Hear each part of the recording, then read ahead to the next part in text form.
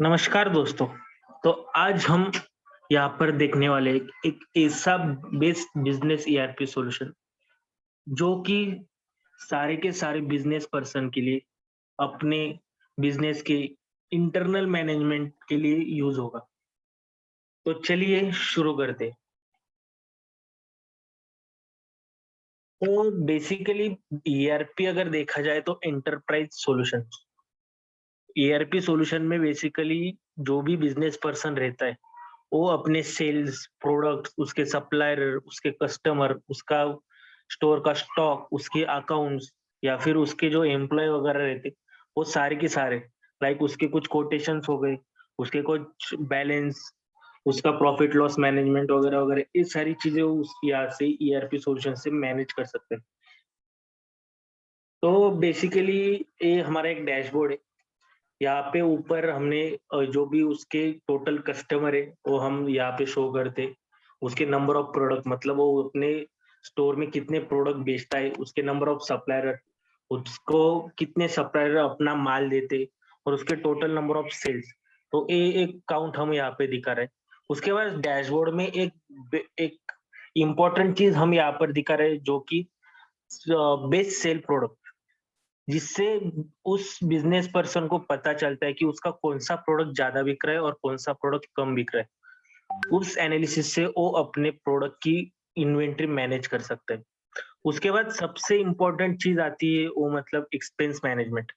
तो यहाँ पे कोई भी बिजनेस पर्सन का अगर एक्सपेंस अच्छी तरीके से मैनेज हो जाए तो उसको अपना प्रॉफिट लॉस निकालने में इजीली बहुत इजी जाता है। तो यहाँ पे हम बेसिकली एक ग्राफ सेशन में हमने यहाँ पे दिखा है एक उसके लाइक टोटल सेल में कितना एक्सपेंस गया, उसका एम्प्लॉय सैलरी में मतलब अलग अलग जो भी एक्सपेंस की कैटेगरीज रहती है, तो उस कैटेगरीज वाइज उसका कौन से कैटेगरी का कितना एक्सपेंस गया, एक हमने ग्राफिकली रिप्रेजेंटेशन दिखा है। उसके बाद यहाँ पर हम एक दिखा रहे हैं sales and purchase report summary. Basically कैसे रहता है, जो भी परचेस रहता है वो कभी भी सेल्स से थोड़ा कम ही रहता है, जिससे बिजनेस पर्सन प्रॉफिट में जाता है। अगर जो परचेस है वो अगर सेल से ज्यादा होगा तो उसका जो बिजनेस रहता है वो लॉस में जाता है। तो उसका एक एनालिसिस और उसका वो ओवरव्यू उसको देखने के लिए हमने एक sales and purchase report summary यहाँ पे दिखा है। उसके बाद यहाँ पे हमने डैशबोर्ड में एक दिखा रहा है कि जो भी कस्टमर है, जो डेली कस्टमर है, उसके कौन कौन से ऑर्डर आ रहे हैं, कौन सा सेल हो रहा है। तो जो recent orders and recent sale होता है उसकी लिस्ट हम यहाँ पर दिखा रहे हैं, जिससे कि वो अपने कस्टमर को जान सके कि कौन सा कस्टमर रिसेंटली आया था और कौन सा रेगुलर आ रहा है। तो बेसिकली ये सारी हो गई अपने डैशबोर्ड की चीजें। यहाँ पे कुछ एडवांस भी चीजें दिखाई गई है, लाइक एक शॉर्टकट कीज है, लाइक सेल। यहाँ से सीधा जो भी सेल हो रहा है उसका वो मैनेजमेंट कर सकता है। उसके बाद किसी सप्लायर का अगर पेमेंट करना हो तो यहाँ से पेमेंट स्लिप निकाल के उस सप्लायर की पेमेंट स्लिप भी यहाँ से वो इजीली कर सकता है। अगर कोई परचेस करना हो तो परचेस मैनेजमेंट में जाके वो अपना नया परचेस ऐड कर सकता है यहाँ से। तो जो बेसिक इंपॉर्टेंट चीजें होती है तो कोई भी एक स्टोर के लिए, तो ये सारी इंपॉर्टेंट चीजें यहाँ पर दी है। सपोज जो भी वॉक इन कस्टमर हो तो वॉक इन कस्टमर के लिए हमने यहाँ पे एक पॉज भी दिया है उनको, जहाँ से वो इजीली अपने प्रोडक्ट सिलेक्ट करके उसके बिलिंग निकाल सकते हैं। तो लाइक वो भी कैटेगरी वाइज, लाइक सपोज मान लो कोई कस्टमर आया और कहीं को वॉकिंग कस्टमर है तो किसी ने भी कोक लिया, कोल्ड कॉफी लिया, तो ये सारी चीजें उसमें ऐड होती है। ये देखो अगर ये जो प्रोडक्ट है ये इसमें है, बट अगर वो आउट ऑफ स्टॉक दिखा रहा है तो आउट ऑफ स्टॉक स्टॉक का एक ऐसा मैनेजमेंट भी यहाँ पर दिखा है। लाइक सपोज उसने एक भी फैन लिया तो उसका डायरेक्टली हम एक सेल कर सकते, एक यहाँ पे उसका बिल निकाल के जो ऑन रोड कस्टमर है उसको हम दे सकते। तो बेसिकली ये सारी उसकी बेसिक चीजें होगी। तो हम चलो अब वन बाय वन सारी की सारी जो डिटेल्स है इस डैशबोर्ड की वो देखते हैं। सबसे पहले सेल। सेल में यहाँ पर हम देखते कि अगर कोई न्यू सेल कर रहे हम या फिर उसकी मैनेजमेंट, सपोज न्यू सेल कर रहे तो उसका हम बिल यहाँ से निकाल सकते। अगर जो भी पुराने सेल हुए उसकी अगर मैनेजमेंट करनी हो, मैनेजमेंट लाइक उसकी पूरी लिस्ट, कितना सेल हुआ क्या हुआ, उसकी हम डे वाइज लिस्ट देख सकते हैं, मंथ वाइज लिस्ट देख सकते हैं। अगर उसको एक्सेल में कन्वर्ट करना हो, मतलब कोई रिपोर्ट बोल के अगर हमको स्टोर करके रखना हो सीएसवी में या एक्सेल में, वो भी हम यहाँ पे वन क्लिक से कर सकते हैं। अगर इसकी कुछ प्रिंट वगैरह निकालनी हो तो डायरेक्टली हम यहाँ से प्रिंट भी निकाल सकते हैं। तो ये सारी चीजें हमारे सेल में हो गई। जो भी मैंने तो पिछली बार अभी थोड़ी देर पहले दिखाया था पॉज, तो पॉज का यहाँ से भी हम पॉज लेके उसका एक इनवॉइस क्रिएट कर सकते हैं। तो ये सारी चीजें होगी सेल की। उसके बाद आते हैं कस्टमर पे।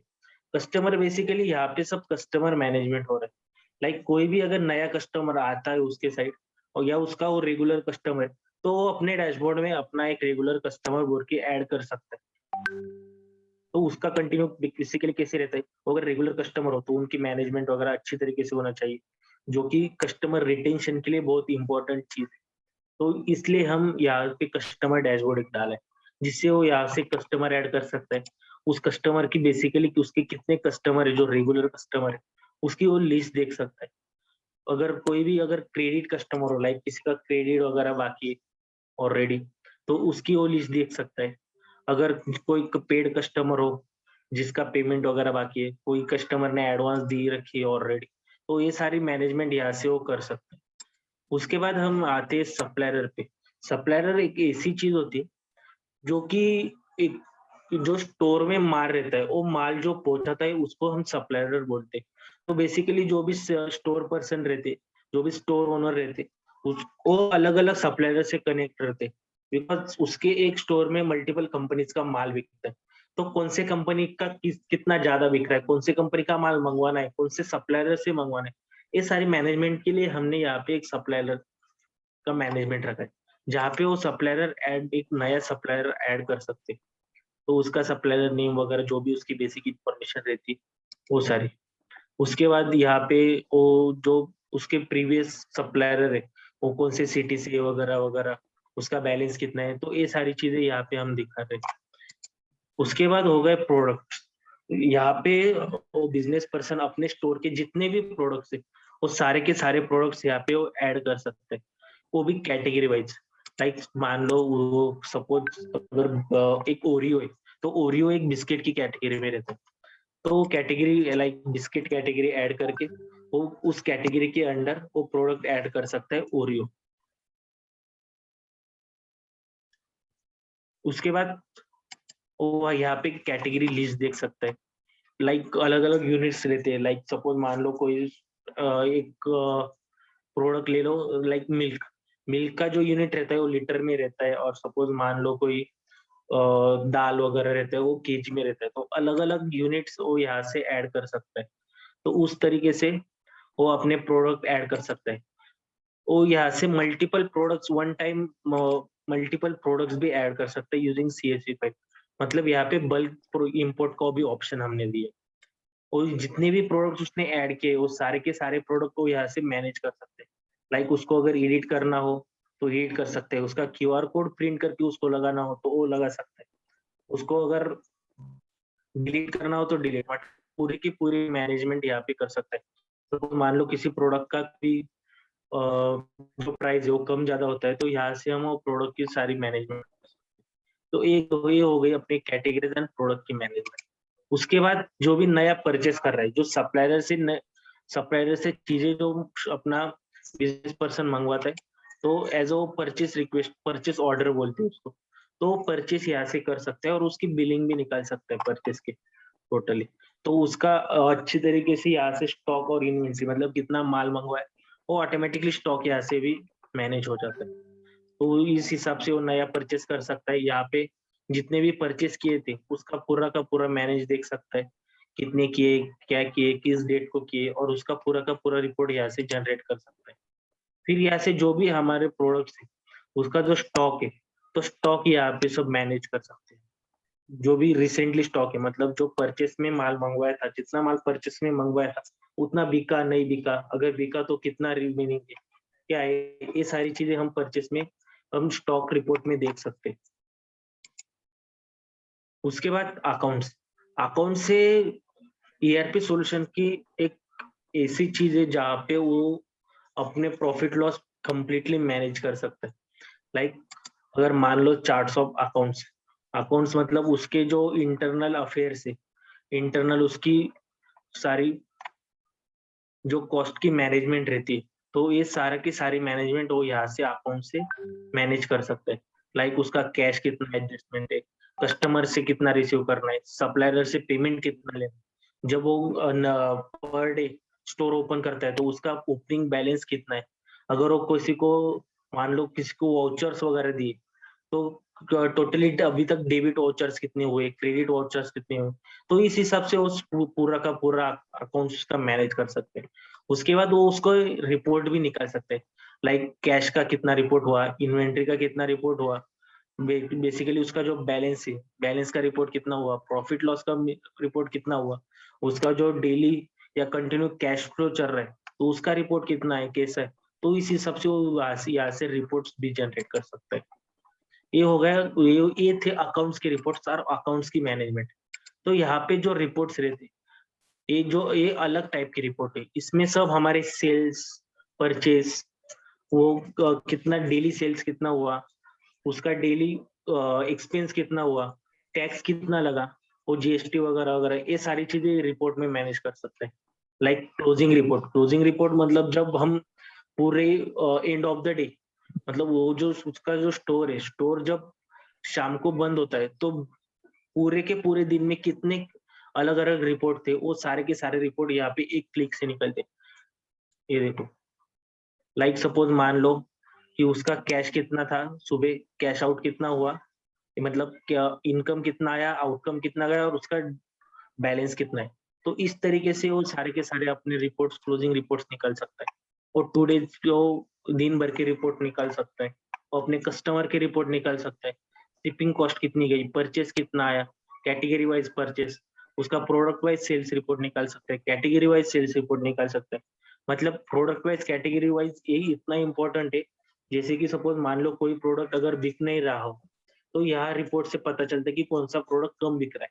तो इस हिसाब से वो बिजनेस पर्सन अब उसके कुछ बिजनेस इथिक्स यूज करके जो भी प्रोडक्ट है उसके लाइक 10% ऑफ, 20% ऑफ लगा के ज्यादा से ज्यादा वो कैसे बिके उस पे वो ध्यान दे सकते हैं। तो इसलिए ये रिपोर्ट सब इम्पोर्टेंट है।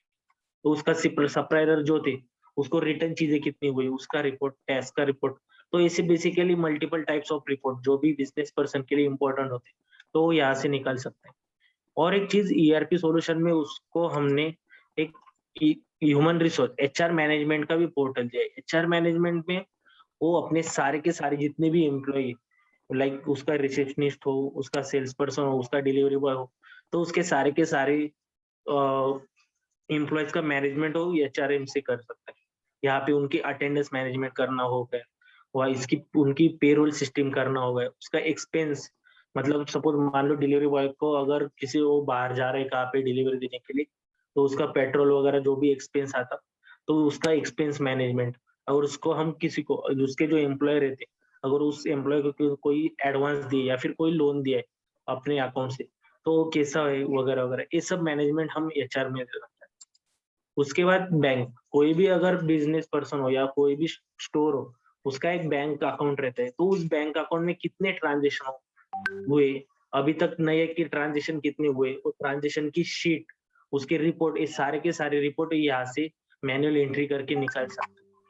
उसके बाद सर्विसेज, अलग अलग सर्विसेज, अगर कोई स्टोर हो तो वो स्टोर कुछ अलग सर्विसेज भी प्रोवाइड करते हैं।